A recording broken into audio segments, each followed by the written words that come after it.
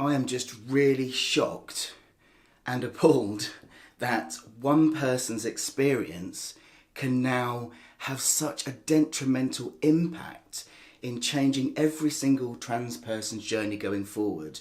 Hey folks, it's Finn.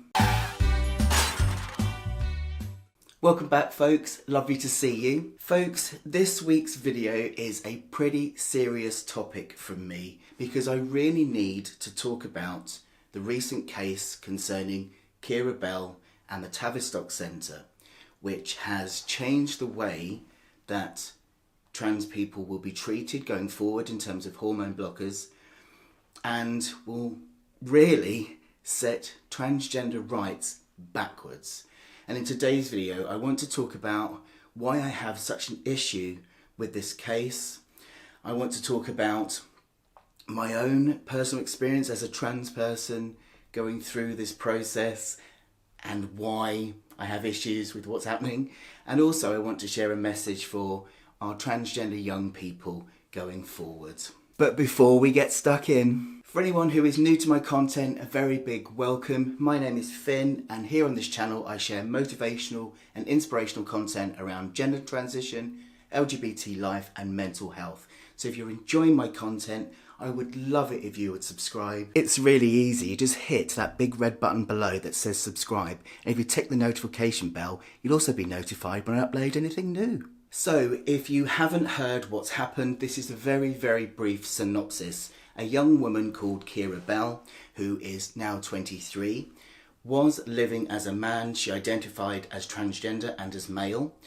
And recently she decided that she wasn't male, that she wasn't transgender, and she decided to detransition. And as a consequence, she is then taking the Tavistock Gender Identity Clinic to court, claiming that they gave her puberty blockers too easily and rushed her through the transition process.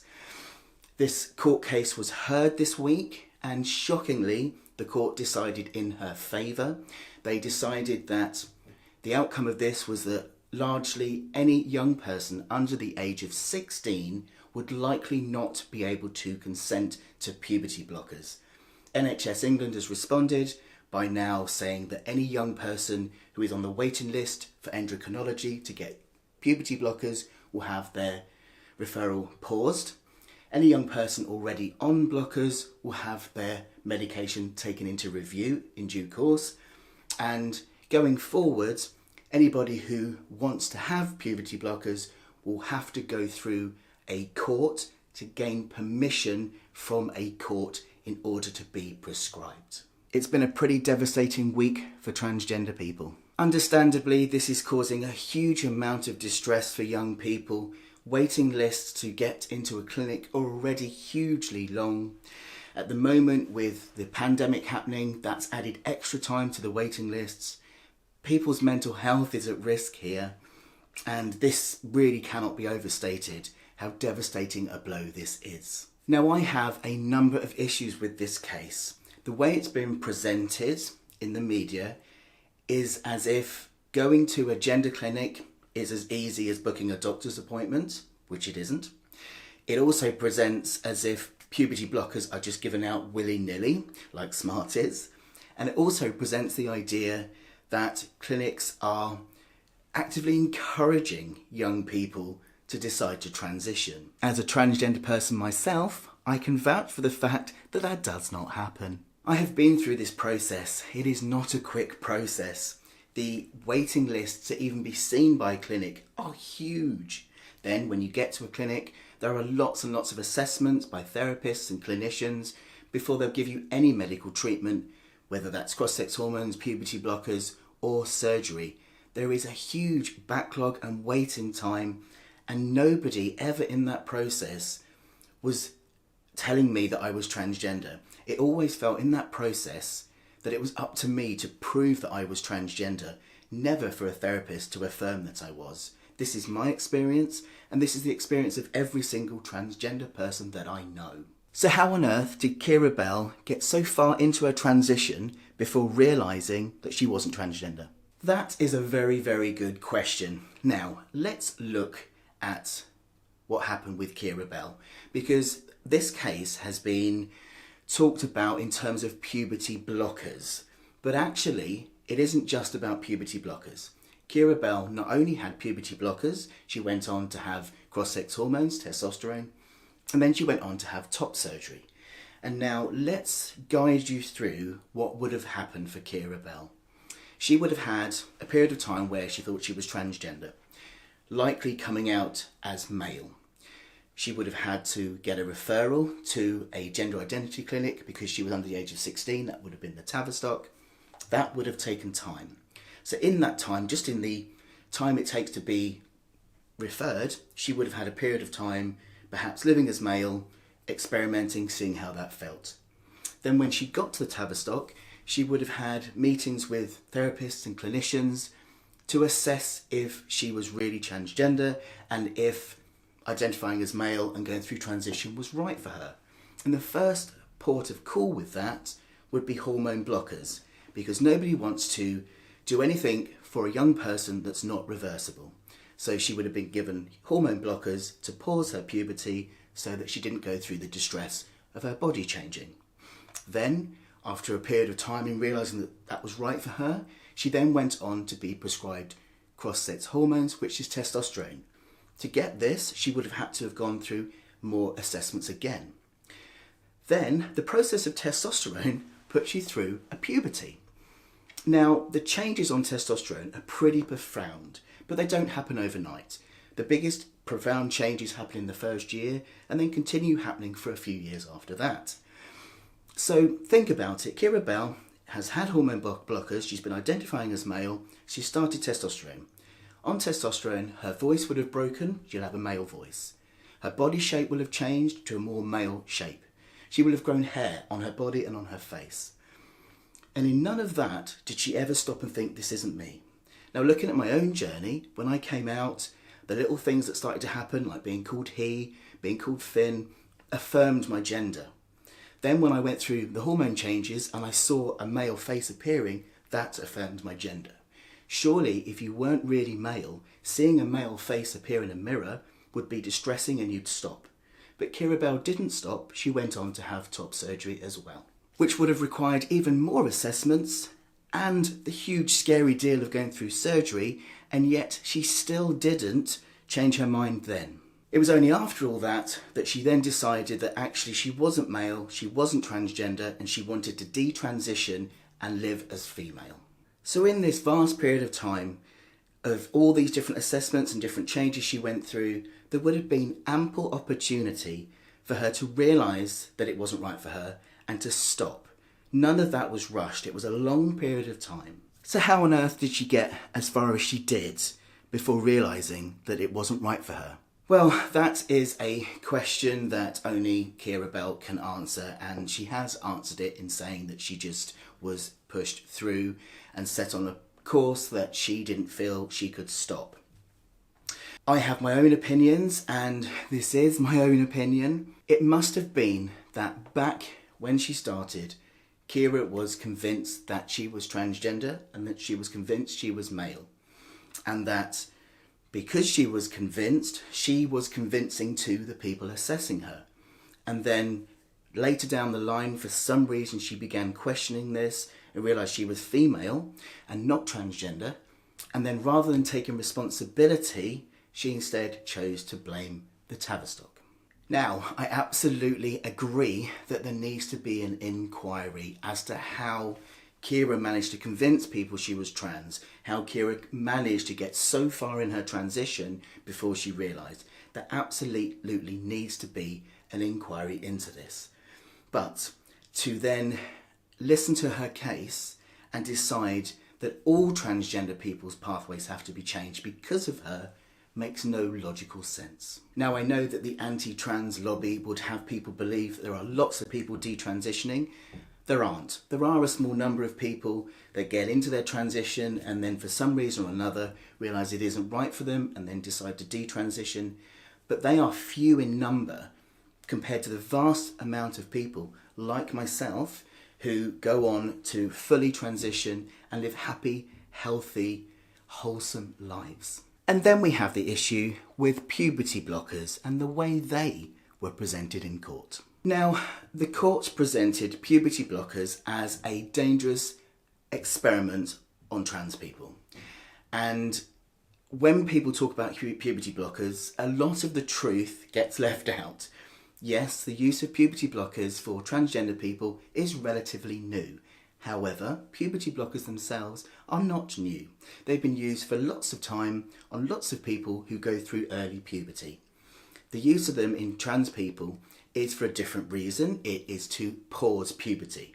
By pausing puberty, you prevent trans people going through the wrong puberty for them that causes distress, and also gives them space and time to work out if transition is right for them before moving forward. Puberty blockers are a really, really powerful, helpful tool for trans people. Sharing my own experience here for a moment. In the time I grew up, in the 80s and 90s, there was no information about trans people. There was no support, there was no education, there was no intervention or treatment. And I suffered because of that. I didn't know why I felt the way I did. I lived a very unhappy life at school, which then escalated into severe mental health, addiction and self-harm before I finally realised I was transgender. Had there been the knowledge and support at school, had there been puberty blockers, I might have been saved years and years of hell. Going through puberty when you are transgender is absolutely torturous. Having your body change and grow in ways that isn't matching with your gender identity is so incredibly painful. Gender dysphoria is absolutely life-limiting. When it's left untreated, it causes severe mental health problems. 41% of trans people attempt their own lives. That's how severe this is. So puberty blockers are great in pausing that puberty, alleviating that distress and giving young people the space to work out who they are. And they're completely reversible. So if after a period of exploration, the young person realises that it isn't their gender that's the issue, they simply stop taking the blockers and they will then have a late onset puberty. Yes, of course, there's some problems with that, but when you compare the two, going through a puberty that could bring on worse mental health and distress, or a late puberty, the late puberty is definitely more favourable. But what about the side effects? Well, yes, with any medication there is the possibility of having a side effect from that medication. But this is always true. In any medical intervention, whether that's medication, surgery or anything else, there is always the risk of side effects, complications and so on. But let's remember for a moment that being transgender, having gender dysphoria, is not a fad, it's not a choice, it's not a phase, it's a medical issue. And so, because it's a medical issue, it needs medical intervention. The use of puberty blockers is medical intervention for gender dysphoria. When we go through any medical treatment, we weigh up the quality of life versus those side effects. And if the quality of life is far greater than the side effects, then of course you're going to choose the medical intervention, which in this case is puberty blockers, and then if people go on, it's cross-sex hormones and surgery. Now, it is really hard not to be incensely angry with Keira Bell for the effect she has had on young people's lives, and I'm seeing the backlash of this. My inbox is full. My social media feed is full of distress, confusion, panic from young people and their parents. It cannot be overstated really how detrimental this is. I've already said 41% of young trans people attempt suicide. Then you've got the mental health, addictions and so forth. And my worry is with this happening, that is going to rise. But I am also genuinely concerned for Keira Bell because for some reason she really thought she was transgender. So for a number of years this was her story, that she was a transgender male, not female. And when that didn't fit anymore, she's now slipped into a new narrative of herself as a victim. And I worry that the anti-trans lobby have grabbed onto this and are using her as their anti-trans lobby poster child. And this is really concerning because if she has been having gender questioning issues, perhaps she could have been helped with that rather than being now used with the anti-trans lot against transgender people. And let's talk about the anti-transgender lobby. I have an issue with this case in terms of the fact that Transgender Trend, who are an openly anti-trans group, have been allowed to back this case. They crowdfunded over £90,000 to back this case.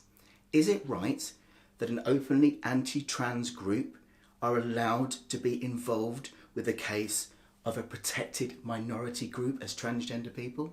And there is even more bias. I have trouble with the ruling that young people who are transgender are not able to have body autonomy.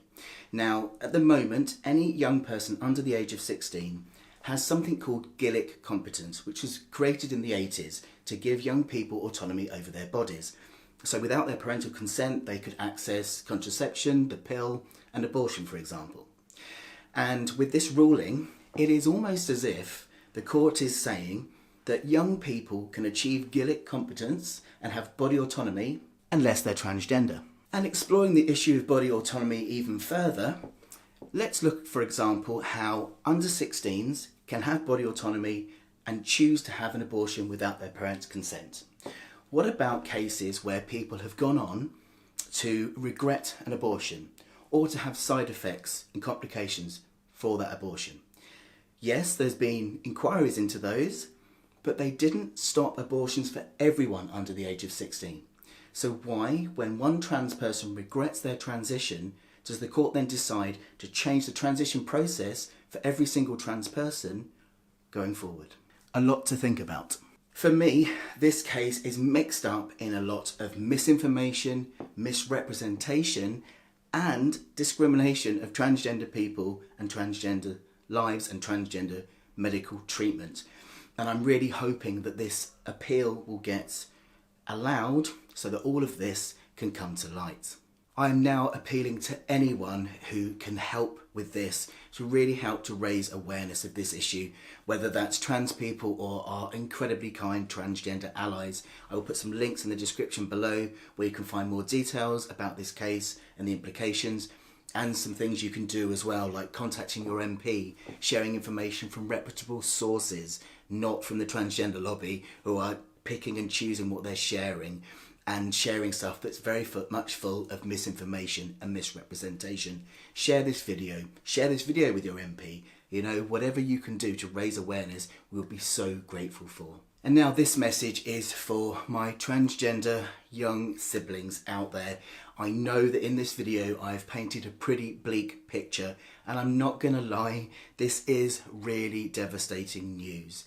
But do not forget that your trans elders, me and other trans people and trans organisations are fighting on your behalf, and we will never ever give up. Transgender people have always existed, we will continue to exist. Even when people have refused to let us exist, we have found ways to prevail. We are moving forward. It might be a couple of steps forward and a step back, but we are moving forward. And whatever happens, remember that you will reach the age of 18 where you have full body autonomy and you can go forward with your transition. I think a lot of people get concerned that if you don't transition at a young age, if you don't use blockers, then it's not going to be a successful transition.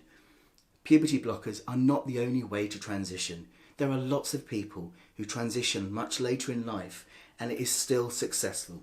I didn't transition until I was 37 years of age, and my transition has been very successful. I'm an incredibly happy, fulfilled and successful man. I didn't know it was possible to be this happy. So remember that. Do not give up. You are not going to be stopped to transition. It will happen, and we will continue to fight for you. So please hang on in there, and if you're struggling, reach out for help. Again, in the description below, there'll be lots of resources that you can contact. You are not alone. We've got you, and we will get through this. I really hope that this video has been useful. If you have enjoyed it, I would love it if you would let me know by giving it a thumbs up. And I need all the thumbs up I can get, because the anti-trans lobby will be giving it all the thumbs down. And if you are really enjoying my YouTube channel and my blog and you'd like to support my work as a content creator, you also have the option of joining my YouTube membership club, The Flock. As well as knowing that you're supporting my channel, you also get access to my private Discord group and lots of other perks as well. And you can find out more about that by clicking the join button that's below this video. Thank you so much for watching. Keep on keeping on, and I will see you next week for your next video.